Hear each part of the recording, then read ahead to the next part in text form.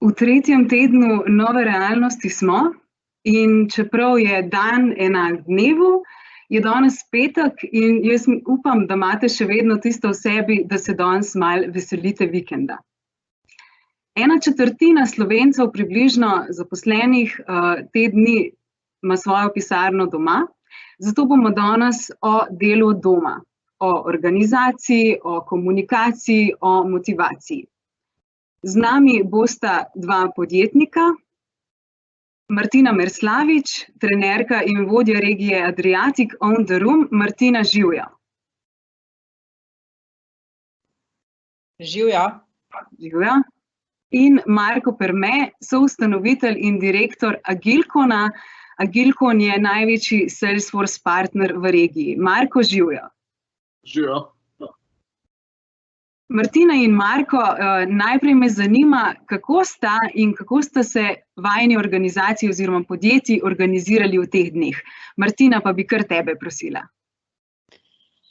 Ja, moji dnevi te dni so, pa niso drugačni. Niso drugačni zaradi tega, ker že kar nekaj let delujem nadaljavo. Imam svojo pisarno doma, včasih grem k kakšnemu naročniku, večinoma se pa z svojo matično organizacijo, to je On The Room, pogovarjam prek video sestankov. Torej, v tem pogledu niso drugačni. So pa drugačni zaradi tega, ker bi sicer vsakega od teh tednov verjetno vsaj par dni preživela na treningih, verjetno bi bili ti treningi celo v tujini in v tem pogledu se je moja realnost pa precej spremenila. Marko, kako ste se organizirali pri vas? Agilcon je organizacija, kjer večinoma zaposlujete razvojnike, verjetno ta transformacija iti delati domov ni bila tako zahtevna, ampak vseeno, kako delujete te dni? Ja, tako, skratka, če bi čisto tehnično gledali, ta prehod na delo od doma res ni bil kaj zelo posebnega. Pač vsa ta orodja, ki smo jih že prej uporabljali, smo jih še bolj intenzivno začeli uporabljati, tako da če bi čisto ta tehnični vidik pogledal, je zelo gladko se potekalo.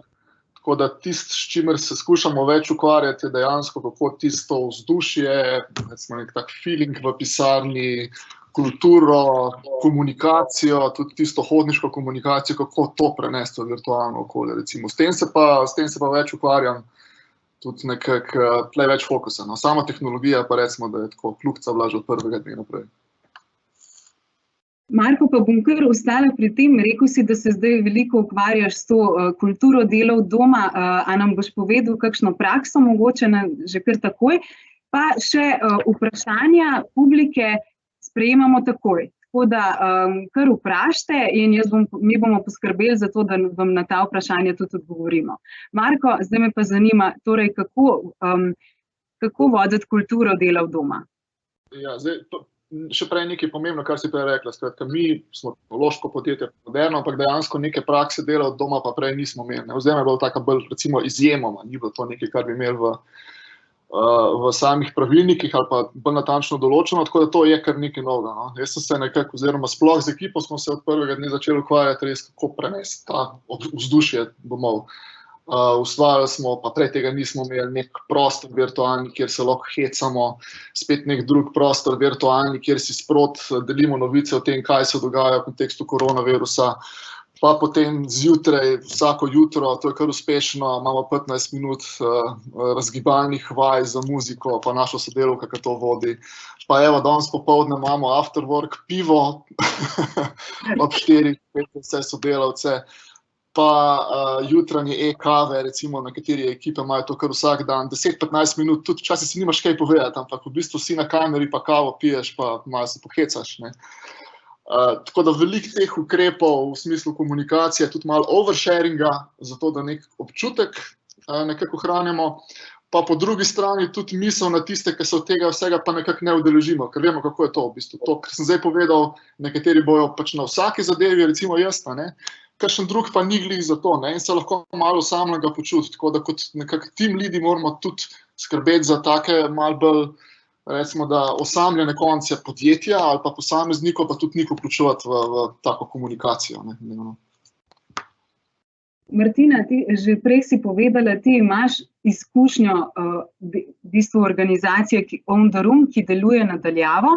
A ste imeli zato mogoče tudi že bili mogoče malo bolj pripravljeni na to situacijo in a ste imeli v podjetju kakšne scenarije, strategije, ali vas je ta situacija zdaj popolnoma presenetila? Najprej o izkušnji dela na daljavo. Zdaj, prva predpostavka, ki jo moramo vedeti, ko poslušamo o tem, je, da je ta firma se že od dneva nič delala na daljavo. Zaradi tega, ker je imela po različnih koncih sveta cel kup svojih sodelavcev in ni bilo druge možnosti. Ko je firma mlada, je ta kultura njena še v izgrajevanju. Zato vse tisto, kar On the Room počne, je bilo tak business as usual, kar verjetno ne velja za firme, ki so tradicionalno pa že poslujejo mogoče 20, 30, 50 let na nevirtualni ravni, se pravi zelo veliko te človeške komunikacije, zelo veliko človeške bližine, verjetno je za njih so ta pravila igre, kako to uvajati, majčkeno drugačna. Ampak kaj recimo On the Room počne, da to kulturo, ne glede na to, da ima ljudi razpršene res po celem svetu, močno gradi? Prva je, da ima izjemno dosleden način komunikacije znotraj timov, take čisto poslovne komunikacije. Seveda, tudi tiste stvari, ki jih je Marko omenjal, te neke drobne, malo bolj mehke stvari se počnejo, ampak to komuniciranje znotraj vertikal, če hočete, je pa izjemno dosledno in zelo redno, kar pomeni, da se ti ne more zgoditi, da ne bi vedel ali pa da ne bi znal česa poročati. Zato, ker veš, da boš vsak teden se srečeval z ljudmi in boš moral kaj povedati. To je taka prva stvar. Ta druga stvar je ta, da so vsi ti sestanki, ki so seveda nevarnost, ker to poročanje zna biti tudi kdaj malo duhamorno in vsi se tega zavedamo, ti sestanki so izjemno vključujoči. In to ni stvar neke nadarjenosti ali pa nekega smisla, ki ga ima nekdo, ki te sestanke vodi, ampak je stvar zelo sistematične politike. Kar pomeni, na sestankih je treba dati dovolj možnosti, da se čisto vsak udeleženec na nek način dotakne te žoge, da ne more biti skrit od zadaj za kamero, pa če ga kdo pokliče, bo kaj povedal, če pa ne bo. In to potem tudi ljudi sili, da so veliko bolj aktivni izven tega časa, zato ker si želiš, takrat, ko boš imel besedo in veš, da boš imel, si želiš nekaj dobrega prispevati. To sta dve taki ključni zadevi. Pa seveda orodja za skupinsko delo, od dneva nič so ljudje navajeni uporabljati. Salesforce, ne Marko, to je stvar, ki je neverjetno uporabna za kopico nekih procesov v podjetju. Tako močno orodje, ki ga On the Room ima, je FileMaker, ki pokriva potem en drug del zalednih operacij, pa zadeva, ki omogoča zelo veliko takega skupinskega sodelovanja, je Basecamp. In to so vse zadeve, ki se z njimi jaz prej v drugih firmah, s katerimi sem sodelovala, nikoli nisem srečala. Zato, ker ni bilo potrebe, ker smo si vse nekako predajali, pošiljali na bolj klasične načine, ki pa v teh razpršenih strukturah ne funkcionirajo.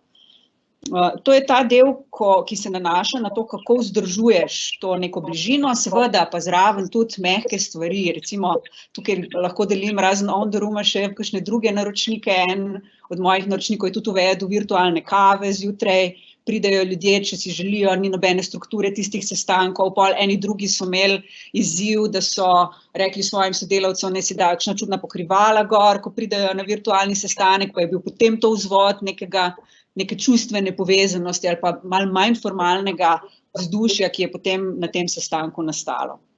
In to je prvi del. Tisto, ko si me pa vprašala, kako so bili pripravljeni ali pa kako smo bili pripravljeni, mislim, da noben ni bil na to pripravljen. Jaz sem bila še 2. marca poklicana na en trening javnega nastopanja v London, ki je bil v torek in je bil odpovedan v ponedeljek zaradi koronavirusa.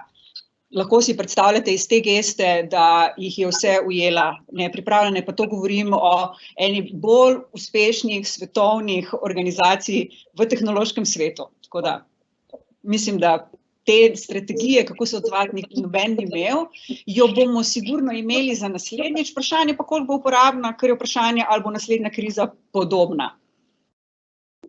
Martina, ti si že omenila to, kako se pravi in komunicirati po eni strani, pa vzdrževati ta timski duh in pripadnost podjetju, kaj delajo tvoji naročniki, recimo, da si malo smešen kostum na obraz in tako.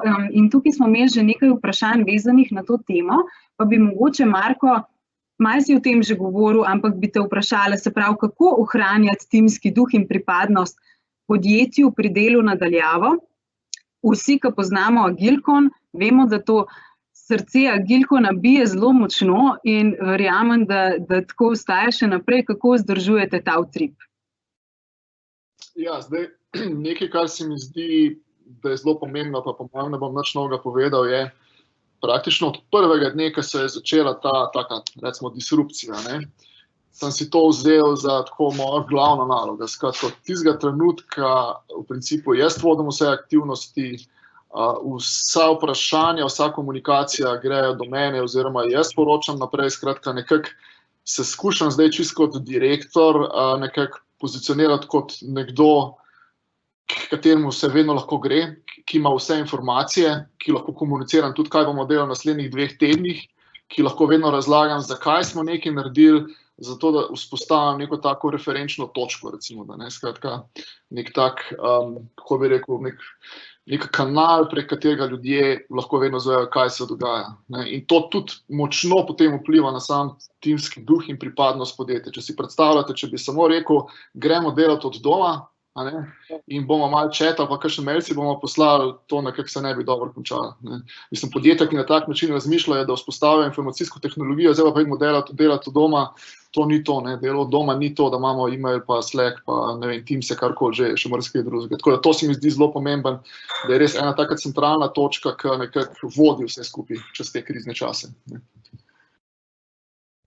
Ja, mislim, da smo s tem odgovorili tudi Olgi, ki nas sprašuje, se pravi, kako motivirati zaposlene nadaljavo. Imamo pa še nekaj vprašanj. Če lahko še tukaj dodam zraven, zdaj, ampak to spet nisem stvar dela nadaljavo, ampak malo tudi trenutnih časov. Zdaj, samo deljenje informacij, tle gremo malo v ta oversharing. Skratka, ne sem kje smo, kaj smo naredili, tudi kaj so naslednji koraki, če bo šlo na slabš, kaj bomo naredili, če bo šlo na boljš, kaj bomo naredili. Skratka, veliko komunikacije. Ne. Jaz sem recimo ta teden v prvi polovici tedna dobil malo občutek, da malo premalo to delam, pa sem zdaj spet ojačal, ker sem zdi zelo pomemben, da skratka vsak dan pride kakšna informacija, kje smo in kam gremo. Ne. Ja, Martina, ti bi želela nekaj dodati na temo informiranja. Ja, vse to, kar Marko počne, je vredno vseh pohval in tukaj se vidi, kako je pomembno, da imajo te ukrepi ali pa ta način delovanja sponzorja res v najvišjem vodstvu. Če je to direktor, ki to absolutno podpira in svojim zgledom vodi, potem je to lažje uresničevati. To je prvi pogoj. Tisto, kar bi pa jaz mogoče dodala, glede na to, kar je Olga vprašala, ne, spet iz on the room izkušenj. Tam je nemogoče ljudi nadzirati. Tako, ko jih lahko nadziraš, da vidiš, ali se je štempljal, je prišel v službo, sedi v pisarni, ali kavico pije, ali ga mogoče celo kdo zatoži, da malo preveč v čajni kuhanci visi. To nadaljavo ni mogoče. Zato je treba biti toliko bolj sistematičen in strikten pri postavljanju zelo jasnih ciljev in pričakovanj. In te cilji pričakovanja morajo biti kar ambiciozno zastavljeni. Zato, ker če so prelahki, potem seveda se ljudje hitro malo olabavimo. Jasni cilji, tudi malo zvišena pričakovanja, hkrati pa veliko pripravljenosti, to, kar smo ravnokar od Marka slišali, da ti firma pri tem uresničevanju teh ciljev pomaga. Ampak nadaljavo je zelo pomembna izgradnja tega zaupanja, ki mogoče takrat, kadar človeka vsak dan vidiš, pa ga lahko na neki fizični ravni kontroliraš, ni tako pomembno. Tukaj pa je. Kot firma mu moraš dajati vtis, da verjameš, da dela in seveda moraš si vzpostaviti vzvode, da lahko to uresničevanje teh ciljev preverjaš. Zdaj pa ali bo nekdo to naredil v 1 uri ali pa v 4 urah, pa ne sme biti več toliko bistveno. Glavno, da je nalogo opravil. To zelo pomaga potem pri ocenjevanju tudi tega, koliko so ljudje aktivni, ko jih ne moreš fizično videti. Ja, Marko, prosim. Ja, to je oprosti, ampak tole moram še Martini dodati. Skratka, tukaj je en dodaten izziv se pojavil v kontekstu spet kombinacije dela na doma, pa tega, kjer danes smo. Saj to jaz pri nas opažam. Vodje so bistveno bolj obremenjeni kot prej. Določeni individual contributorji, recimo programeri, konzultanti in tako naprej, pa mogoče celo manj, ker se nekje posel v bistvu ustavlja. Ful velika nevarnost, da se bojo vodje začeli sami sabo ukvarjati in reševanje firm in tako naprej, medtem ko bojo tisti ljudje doma čakali brez dela. Ko enkrat si brez dela, pa pač si brez dela in to, kar si doma začneš malo hoditi okrog in tako naprej, seveda si blazno neučinkovit. Ne. Tako da res moramo ves čas paziti, da kljub temu, da imajo nekateri ljudje ful veliko dela, več kot prej, da je ves čas fokus na to, kar je Martina rekla, da se zahteva od vseh sodelavcev določene rezultate, da imajo ti sodelavci dejansko kaj za delati, ker to pa že samo po sebi zelo prispevalo tudi motivaciji. Tem smo zdaj naslovili, se pravi, da je pomembno imeti neke cilje in tudi motivirati zaposlene za delo od doma, ampak enega od naših gledalcev pa zanima tudi, kako pa organizirati sploh za tiste, ki imajo pa zdaj še več dela, ne? Kako organizirati delovni in prosti čas. Martina, mogoče ti. Ja, tukaj jaz lahko iz svojih izkušenj povem, najprej sem bila v eni zelo agilni organizaciji, mogoče ne toliko strukturirani, ampak dovolj agilni, da me je zaposlovala čez moj običajen delovni čas. Potem sem šla v eno zelo strukturirano delovno okolje v obliki ene multinacionalke, kjer sem dobro spoznala to, kar je v ozadju, procese, strukturo, tisto, kar je potrebno, da tak velik sistem funkcionira. Potem, ko sem se pa odločila, da ta okolja, varna, strukturirana, procesna zapustim, sem pa kar naenkrat na čistini. In tisto, kar je recimo meni osebno pomagalo, da vseeno vzdržujem neko disciplino, je, da najprej imam zelo jasen urnik. Zelo jasen urnik, ki poteka od 8 do recimo 4 ali pa 5 ali pa tudi 6 kakšen dan, odvisnosti od tega, kaj se dogaja. Ampak po tem koncu dela moram imeti disciplino, da odložim telefon in da naredim, z nečim presekam. Jaz recimo peljem psa na sprehod. Zato, ker če tega ne bi naredila, bi bila skozi na mailih. Sploh zaradi tega, ker je časovna razlika. In ko jaz ob 4 tukaj zaključim en slovenski delovni dan, se moji ameriški partnerji šele dobro zagrejejo. Tako da to vmesno presekati je treba, ker drugače se ti hitro zgodi, da si kar cel dan po malem melješ te službene stvari, kar za personal sanity ni dobro. To je bila taka prva. Ta druga je pa ta, zdaj, v odvisnosti od tudi osebnega stila. Moj je tak, da mi zelo pomaga, če si za cel dan naredim, katere naloge imam za opraviti. Da imam eno vodilo, ker drugače, če nimaš te strukture, teh procesov, tega poročanja toliko ali pa te vpetosti v dnevne komunikacije, potem hitro malo zgubiš tla pod nogami. In meni pomaga, da si naredim naloge za čez dan, včasih jih opravim vse, včasih ne pridem čisto skozi, ampak imam skozi po malem eno checklisto, ki jo moram izpolnjevati. In eno tako osebno zadovoljstvo mi je, da s tistega seznama kakšno stvar prečrtam. To sta dve taki drobni zadevi, ki meni osebno pomagata funkcionirati v okolju, ki od mene nobene prave organiziranosti pravzaprav ne zahteva. Martina, tudi rutina pa ena to-do lista. Marko, kaj pa funkcionira pri tebi? Ja, zdaj sem čisto osebno izkušnjo najprej povedal, ker sem se dejansko prvič z delom od doma srečal v zadnjih 2-3 tednih. Mislim, prvi teden je bil katastrofa. Jaz nisem niti kosila imel časa jesti, ker ga nisem imel v planu. Sestanki so se kar dogajali. Popoldne nisem imel časa iti ven, ker v bistvu z vsemi koli nisem končal do 7:08. Zjutraj, da ne govorim, kako sem sploh začenjal. Skratka, bom iskren, tisti prvi konc tedna, jaz sem bil tako anksiozen, da sem se tresel na konc, ker je bil cel teden sam ongoing, tako brez česarkoli. No in potem sem si dejansko, tako kot je Martina rekla, v koledar dal kosilo, popoldne dal golovc, zjutraj začnem s tistim, kar sem že prej rekel, razmigavanjem, skratka, dal sem neke take referenčne točke, okoli katerih se potem ta delovnik gradi. Je pa zahtevno, posebej za vodje dejansko, ker je dela več te komunikacije, je več, ni več tega management by walking, kar rečemo, greš čez pisarno, pa se zmeniš 10 stvari, ampak je vse nek sestank, in to pač je časovno bolj potratno. Ampak ja, te referenčne točke skozi dan, okoli katerih potem gradiš delo. Še eno tehnično vprašanje, relevantno za te dni. Artjoma zanima, audio ali video? A je težava v bistvu preživeti cel dan pred zaslonom, za tiste, ki seveda imamo to možnost, da delamo od doma? Marko, mogoče pogled. Kar se mene tiče, absolutno audio. Jaz vztrajam, da sem na vsakem sestanku na video, in vztrajam, da sem na videu, pa tudi, če sem sam na videu, pa noben drug ni. Ampak zdaj smo dali tudi message ven, mislim, da smo kar tako, kaj pa vem, bom rekel, 90% smo vedno vsi na video. To se mi zdi zelo pomemben. da nekako imamo ta občutek človeka, na drugi strani pa potem še kakšen maček v zadnji pride, pa vse sorte stvari, pa še malo heca iz tega, tako da to je zelo taka pomembna, no pa tudi zabavna zadeva. Martina, audio ali video, pa pri tem me še zanima, kako drugačna je komunikacija v živo pa prek videa. Ti si vseeno večino prej delala delavnice za javno nastopanje v živo. Vse to, kar je Marko rekel, popolnoma drži. In še enkrat, klobuk dol za vztrajanje, doslednost na tej točki. Zdaj, ljudje smo večdimenzijski govorci. Ne? Ena dimenzija, ki jo imamo, je vsebina. To je tako, kot če bi nekdo en mail napisal.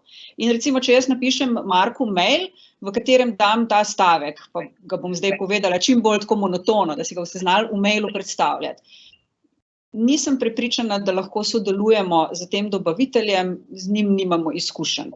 In zdaj, če Marko misli, da je ta dobavitelj dober, hitro lahko pride med nama dvema do nesporazuma, zato ker je bila ta komunikacija enodimenzionalna in zahteva veliko spretnosti, take pisne, izrazne spretnosti, da ti znaš vse tiste odtenke, ki bi jih rad povedal, dobro povedati. Ena dimenzija. Potem ta druga dimenzija je glas. Zdaj, če se midva z Markom pogovarjava po telefonu, bom rekla, lahko jaz rečem, nisem prepričana, če bi delali s tem dobaviteljem, nimamo izkušenj z njim.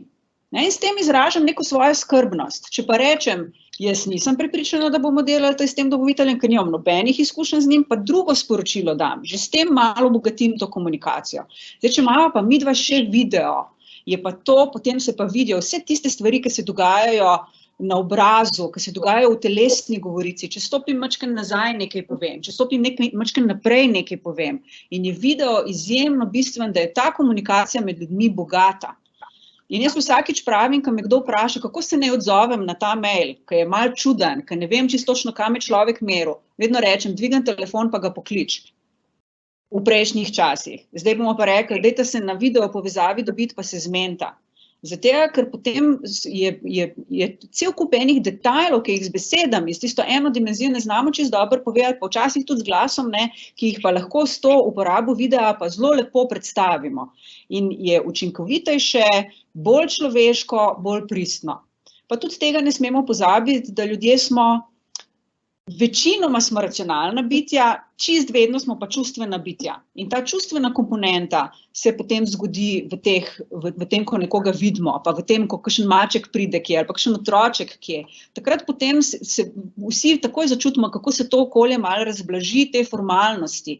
In se lažje kakšno stvar zmenimo, zato ker začnemo osebo doživljati na čist drugi ravni. Tako da sem velik fan videa in vedno navijam za to. Zdaj pa, da pa gledaš cel dan v računalnik, večina nas že itak cel dan gleda v računalnik. Sej skozi nekaj pišemo, skozi neke tabelce, pač odvisnosti od dela, ampak veliko gledamo v računalnik, tako da sami pri sebi vsakdo ve, kdaj je preveč. In to pomeni potem kakšen sestanek manj narediti rajši, kot pa, da bi se kar video odpovedali zaradi tega, da bi si oči zaščitali, recimo. Marko, ti si želim še nekaj dodati, ja? Kar izvoli. Zelo pomembnega. Skratka, predstavljate si, da tole, kar zdaj delamo, poteka samo preko audio. Martina bi govorila, jaz bi šel na Instagram malo brskat, Tonja bi kakšen mail pogledala vmes, potem bi Martina nehala govoriti, v bistvu ne bi čisto dobro vedela, kaj sploh govorila, pa bi jaz začel nekaj drugega govoriti, skratka to, da smo sem na audio, ljudje, mislim, ne vem zdaj, mogoče sem jaz tak, ampak pač imamo en kup stvari okrog, ki nas motijo, posebej, ker že tako smo za računalnikom in ta audio nam da neko krinko, da potem delamo stvari, ki niso namenjene tistemu, zaradi česar mi smo na nekem sestanku. Jaz zaradi samega sebe, pa moje discipline, hočem biti na video, zato da ne jemljem telefona v roke, da ne gledam mailov, da si v končni fazi ne vrtam po nosu, da ne grem na vrc, da ne kuham kosila, ampak da sem na sestanku dejansko takrat. Martina, nekaj si še želela dodati. 100% res. Če hočete imeti ljudi vključene, ne imajo video. Zdaj smo se vsi preselili za tole obdobje na virtualne platforme, kar naenkrat vsi obvladamo vse, a je to neka praksa, ki se bo po vajinem mnenju obdržala? da mogoče včeraj, Marko, smo se pogovarjali v našem testu o tem, da mogoče se pa zdaj ne bo treba za vsak sestank v Murski Soboti usedeti v avto in odpeljati tja. Pa me zanima vajin pogled. A mislite, da se bomo držali tega in kakšne sestanke in dogodke večkrat organizirali virtualno? Marko? Ja, mislim, zdaj recimo, če govorimo o prodajnih sestankih, no, pa dajmo se skoncentrirati na tak tip. Ena nevarnost vedno je to, kar sem prej rekel. Mi delamo zdaj te dni tudi prodajne sestanke, jaz sem vedno na videu, pa recimo, da v 3/4 primerih je tudi stranka na drugi strani, ampak že vem, da pa ni recimo na videu, pa vem, da tisti, ki mi govorimo, pa mogoče nekaj drugega delajo še zraven. Skratka, nekaj nevarnost je, da taki sestanki ne bojo toliko učinkoviti, ne. Ampak vseeno, recimo, če bomo vsi dosti zares jemali tak način komunikacije, smo lahko nekako kot ekonomija bistveno bolj učinkoviti. Američani to bistveno bolj nekako razumejo. Ne? Če si ti v nekem New Yorku, pa če je tvoja stranka v New Yorku, to je lahko mogoče 3-4 ure, da prideš do nje. Popolnoma normalno, da se boš povezal preko nekega video linka in se boš zmenil. Ne? Pri nas, če je stranka pač v Murski Soboti, pa si ti v Ljubljani, se nekako pričakuje, da boš šel tja nekaj predstavljati, tudi če je v bistvu posel zelo majhen. Tako, jaz si želim, da bi nekako, ko pridemo ven iz tega, nekako začeli tudi to video komunikacijo bolj zares jemati, da bi to ne bi spadlo kot neki meni se ne da priti k tebi, ampak da bi bil to nek predlog, da bomo biti učinkoviti. Martina, pa mogoče tvoj pogled in v odnosu do naročnikov in potem v izvajanju samih delavnic, ki jih delaš za On the Room. Ja, jaz tukaj dve zadevi vidim. Ena zadeva je, da se bomo z to koronavirus krizo tega videa blazno navadili. Večina ljudi, večina Markovih strank iz Murske Sobote ali pa iz Maribora ali pa iz Kopra ni navajenih imeti videa in zaradi tega ga ne vključijo. Zato, ker jim je to malo neudobno, ker je tako malo awkward.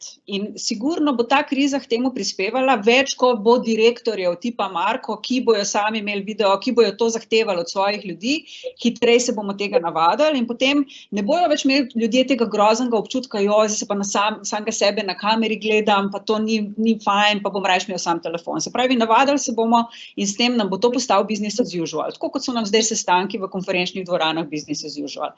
Ta druga stvar je pa, da sestanki v virtualnem okolju so lahko izjemno učinkoviti. Terja pa to nekaj malega nadgradnje veščin. In ko se bomo navadili, da je lahko z nekim redom, z nekimi preprostimi tehnikami, da so ljudje na teh sestankih lahko zelo dobro vključeni, potem bomo hitro začeli, bo tudi nekdo v Murski Soboti mogoče rekel, se bova rajš preko video povezave videla, zato ker bo vedel, da s tem bo imel sestanek namesto 1 ure samo pol ure, oba dva bosta motivirana, da ga bosta prej zaključila, pa potem ne bo treba Markota povabiti še na kosilo tam v lokalno gostilno in bo kar naenkrat dan krajši. Tako da to sta dve taki zadevi, za katere verjamem, da se bosta tudi zaradi te krize zgodili in se veselim te nove realnosti. Če me pa vprašaš, Tonja, kako je imeti treninge v virtualnem okolju ali pa v živo, seveda jaz kot trenerka vedno glasujem, da je to v živo. Zato, ker je ta nemedijirana komunikacija, to, da ti z enim pogledom vidiš celotno informacijo, ne samo ljudi, ki sedijo pred zasloni, pa njihove majhne slikce, ampak tudi, kako se v tem trenutku postavljajo, ali nekdo nazaj se naslanja, ali je aktiven. Vse to mi kot trenerki seveda pomaga. Je pa neverjetno, kako lahko tudi v virtualnem okolju zagotoviš aktivno, interaktivno izobraževanje, na katerem udeleženci napredujejo, vidno. Tako da ne smemo več imeti tega, da se nekaj na videu ne more zgoditi kot izgovor. Moramo se raje vprašati, zakaj bi imeli to v virtualnem okolju namesto v realnem. Pa odmislimo zdaj, da imamo okoliščino, ki na njo ne moramo vplivati. Res ta vprašanja, to premišljevanje, zakaj bi nekaj kje naredil, vsako ima svoje prednosti, da se znam res dobro sam sabo zmeniti. Kaj je osnovni razlog, da se odločim za eno ali pa za drugo opcijo? Martina, omenila si tehnike in veščine, ki se jih lahko zdaj naučimo, pa nam bodo prav prišle v prihodnosti v organizaciji takih sestankov. A nam poveš eno tako za naslednji teden? Ja. Zdaj, par je enih preprostih stvari, zaradi katerih je to, da si pred kamero manj awkward. Pa mogoče začnem s tem. Res simple in to vsak lahko naredi. Ta prva je, kako sebe v tem okolju vidim. Zato, ker to je malo distrakcije. Ne? Prej vidiš vedno druge ljudi, če si v konferenčni sobi, sebe ne vidiš, razen če ni ogledalo nasproti.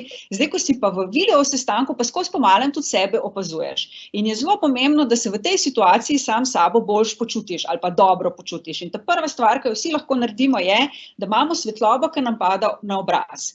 Ali je to okno, pa dnevna svetloba je najboljša. Če pa to ni možno, si pa dajte eno lučko usmeriti na sebe. In potem je razlika med temle ali pa temle.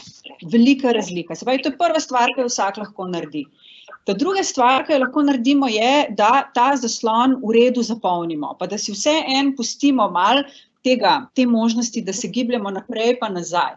Zato, ker če smo mi na Zoom aplikaciji, kjer vidimo vse udeležence na sestanku, pa se nekdo nagne naprej, bo takoj pozornost zbudil in bo s tem dal en tak signal, jaz bi pa nekaj povedal, ali pa lahko damo druge signale. To so take zelo simple stvari.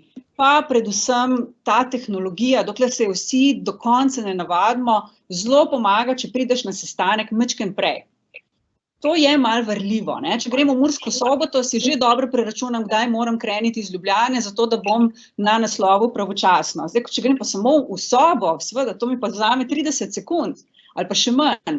Pol se pa usedem, pa tehnika nekaj ne dela dobro, pa je treba aplikacije pozapreti, pa mogoče računalnik na novo zagnati in se hitro opazi, kdo v teh virtualnih okoljih je pozen. Pa če je to neformalna kavica ali pa razgibavanje, ni bistveno. Če imam pa sestanek z naročnikom, pa je. Tako da to so take simple stvari. Se pravi, to, da imam možnost zapolniti zaslon, da imam svetlobo na sebe, pa da pridem prej, da sem res v tisti minuti, ko se zadeva začne pripravljena. Pa so pa malo bolj kompleksne stvari. In med te bi jaz rekla, da je treba predvsem spremeniti perspektivo. Ker ko imamo mi sestanke, večina vodij sestankov ima občutek, da je odgovornih za dobro vsebino. Jaz sem odgovorna za dobro vsebino tega sestanka, da bomo na koncu do nekih zaključkov prišli. No, zdaj v virtualnih okoljih se splača to perspektivo majčkeno obrniti. Pa si reči, jaz sem odgovorna za dober dialog. Zato, ker s tem bom imela potem vse tiste ljudi, ki so na mojem virtualnem sestanku in se zlahka skrijejo. Pa tisti čas, ne glede na to, da v neto kimajo, razmišljajo čisto nekaj drugega, da jih bom imela vključene, da bojo bolj lastniki te debate. To pa lahko naredim na preproste načine. Recimo, da jim rečem, da nekaj v chat napišejo. Zelo preprosta stvar, ki niti ne vzame veliko časa in na ta način, ker naenkrat kot govorec dobim zelo veliko informacij, pa še svojim udeležencem sem omogočila, da se majčkeno te žoge dotaknejo, da postanejo malo bolj lastniki te moje vsebine in potem bo tudi buy-in večji. Okay. Zdaj se bom pa malo vrnila na ta del, da sta vidva podjetnika. In zanima me, včeraj je bil v Državnem zboru sprejet protikoronski zakon, težak 3 milijarde evrov. Marko, in ti si danes že govoril o pomenu scenarijev. In zanima me zdaj na tej točki, katere ukrepe boš lahko uveljavljal ti in tudi kakšen imaš scenarij narejen za naslednje pol leta, recimo, ali pa več. Ja, zdaj, kako verjetno vse, država popravila je pa ena od točk. Tako bom rekel, jaz tam nekak 3 kategorije komunikacije, pa tudi v glavi sem si to razdelal, stroški, prihodki pa država. Tako. In v bistvu na vseh teh 3 frontah na nek način delamo. Zdaj, kar se tiče same države in ukrepov, ki so bili sprejeti, jaz upam, da so približno taki, ko so bili na začetku tedna, jaz še nisem vedel, kaj je bilo včeraj sprejeto. Tam definitivno računamo na financiranje prispevkov v pokojninsko pa invalidsko blagajno. Pa mislim, da bo celo zaposleni nekaj imeli od tega, če je to še noter, skratka, tista nagrada za te čase. To je super. Mi smo kot podjetje postavili neko prognozo, kako se bo bo naši prihodki gibali v naslednjih mesecih. Dejansko ne predvidevamo, da bo kaj zelo veliko boljš tam nekako do konca leta. Mislim, da bomo v naslednjih 2 mesecih takole lepo doma, da bomo do septembra bolj kot ne ohranjali stike z potencialnimi strankami in da bomo potem v jeseni dejansko sklepali kakšne nove posle. Tako da smo šli tudi dosti aktivno in zelo hitro v rezanje stroškov. Na naši strani tudi delno smo zmanjšali plače, zato da pač ohranimo stabilnost podjetja, ki je stabilno, ampak tudi na nek tak srednji rok, skratka do konca leta.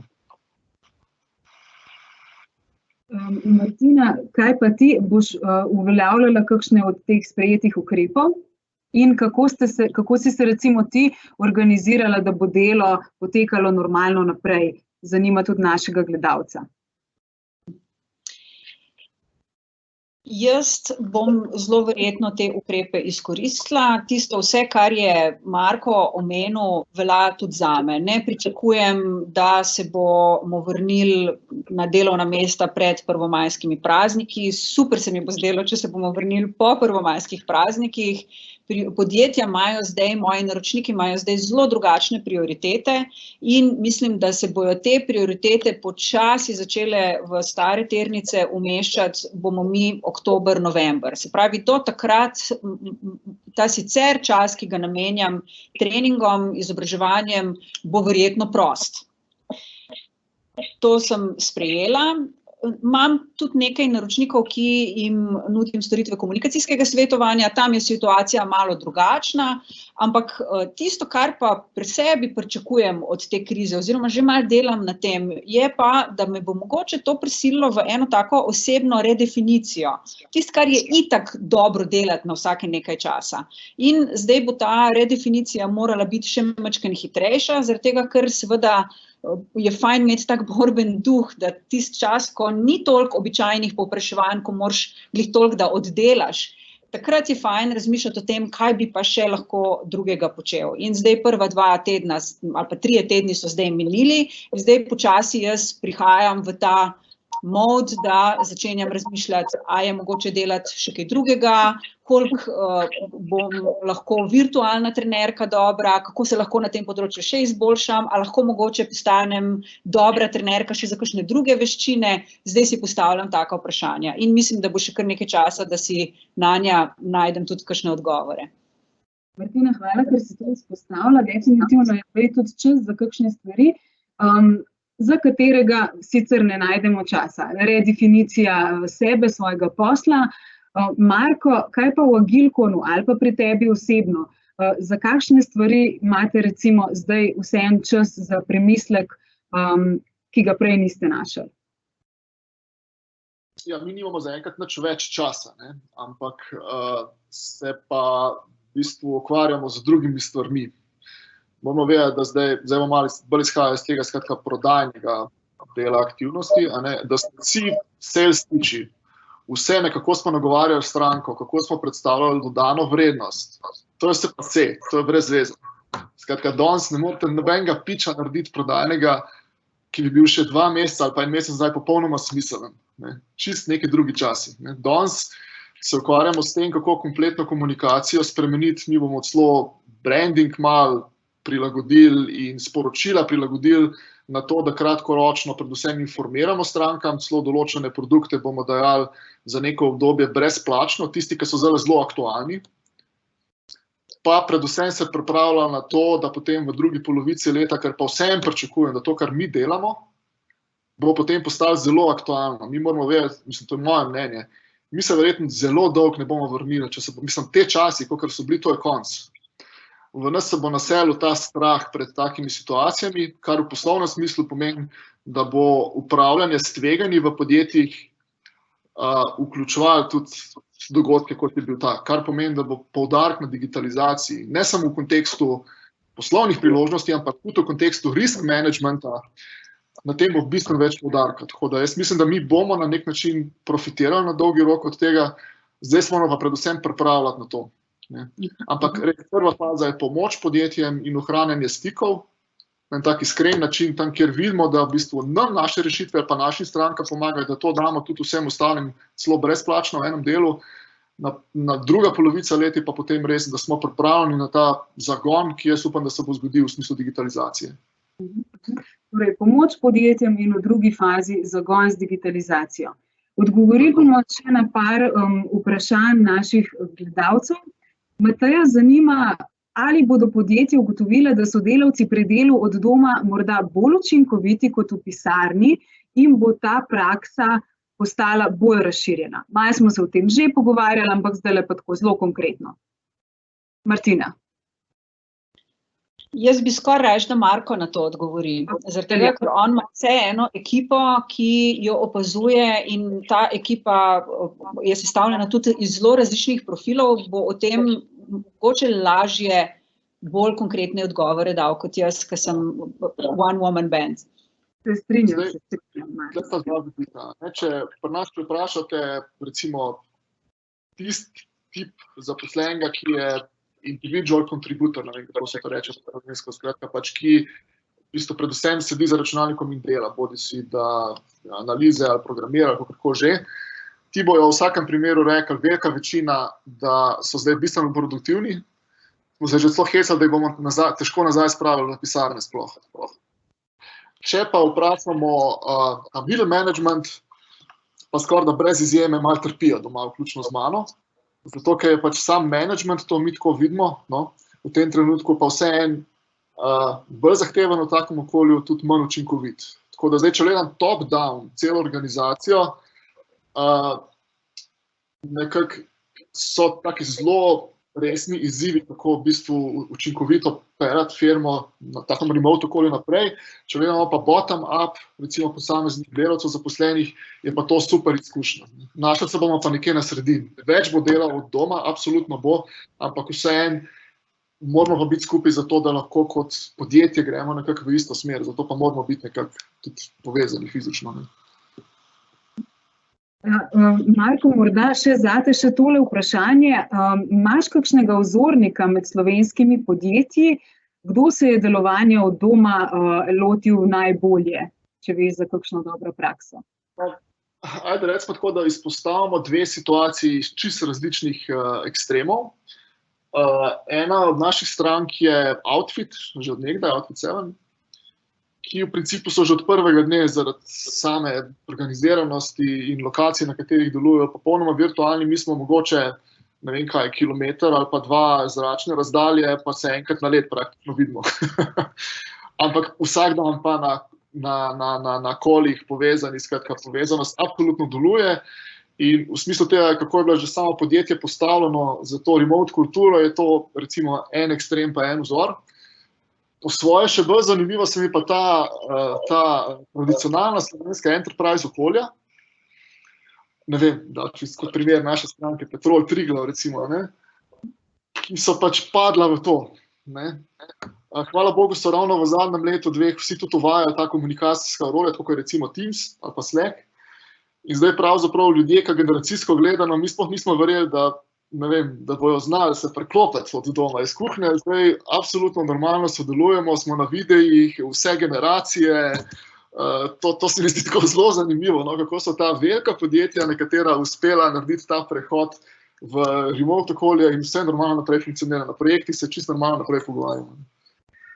Se pravi, prenos pri teh velikih podjetjih z veliko zaposlenimi, več generacij v digitalno okolje. Martina, zate imam pa malo obrnjeno vprašanje. Si strokovnjakinja na področju komuniciranja, a imaš kakšnega vzornika zdajle ali pa dober zgled v komunikaciji? Gledamo veliko politikov, voditeljev, podjetnikov te dni. Imaš kakšnega vzornika? Koga bi izpostavila? To so taka težka vprašanja za osebo, ki ne preveč gleda televizije. Ampak jo gledam več kot kadarkoli, verjetno tudi zaradi te potrebe po informacijah. Tisto, kar opažam, da je ogromno teh javljanj preko Skypa, Teamsov, virtualnih orodij, seveda, ker ne moreš imeti fizičnega stika in so večinoma ljudje kar dobri. se mi zdi, da je, koliko hitro smo se morali na to obrniti, da so in mediji zelo hitro razumeli, kakšne osnovne značilnosti morajo imeti, da so to gledljive stvari, pa tudi govorci so kar dobri. In ponavadi niti ne pogrešam tega, da bi nekdo na ulici stal pred neko stavbo, pa bi mu mikrofon novinar držal. Tako da v tem smislu spet nam gre kar dobro. Je pa tako, da videvam pa v poslovnem svetu precej truda, kako zdaj nekaj, kar je bilo prej v fizični obliki, preseliti v virtualno okolje. To se vsi po malem sprašujejo. In spet, malo bo treba perspektivo obrniti. In si res znati dobro odgovoriti na vprašanja, zakaj nekaj imam. In potem, ko imam ta odgovor na vprašanje, potem bo tudi odločitev, ali to naredim, probam predstaviti na jesen ali pa na drugo leto, pa imeti še zmeraj fizičen stik, ali pa imeti nekaj, kar poteka dobro tudi v virtualnem okolju, bo ta odločitev majčkeno lažja. Univerzalno pravilo pa je, da to, da narediš nekaj tehnično zelo fancy, potem ti pa zmanjka na vsebini ali pa ti zmanjka na pripravljenosti govorcev, ti pa tista visoka produkcija čisto nič ne pomaga. Tako da, ta hiter motiv, dajmo vršiti nekaj denarja v to, najamimo neke izvajalce, ki so blazno dobri v produkciji teh virtualnih dogodkov, potem nam pa zmanjka na tisti dodani vrednosti, to ne bo delovalo. Konkurenca bo blazna, ponudbe nekih video vsebin, že zdaj vidite, da ko se ne moramo srečevati, marsikdo po Facebooku kar video objavljajo namesto običajnih postov, to pomeni, da je konkurenca strašna in se bo toliko težje iz nje prebiti. In da se pa prebiješ, je pa treba veliko bolj, kot se spraševati, kaj imam jaz za povedati, ugotavljati, kakšno dodano vrednost to predstavlja mojemu občinstvu. Spet, malo obrniti perspektivo, ker ponavadi gremo iz tega, jaz imam nekaj za povedati in bom zdaj to na nek način povedal, ali na realni konferenci ali pa na virtualni. Zdaj si je treba bolj postavljati vprašanje, kaj je tista dodana vrednost, zaradi katere bojo ljudje obsedeli pred zaslonom in me gledali pol ure ali pa 1 uro. Dodana vrednost in to, kaj lahko prispevamo s Coffee to Connect, je tudi tisto, kar se mi sprašujemo z ekipo AmCham. V torek bomo spet z vami v Coffee to Connect. Gosta bosta doktorica Nataša Pirc-Musar in profesor dr. Matej Avbelj. Leto 2020 pa naj ne bo posebno samo zaradi koronavirusa. 10. obletnico praznuje platforma AmCham Young in prijave za 11. generacijo so odprte. Hvala, ker ste bili z nami, hvala našim patron članom in se vidimo spet v torek. Lep vikend. Ja. Marko in Martina, hvala. Hvala, nasvidenje.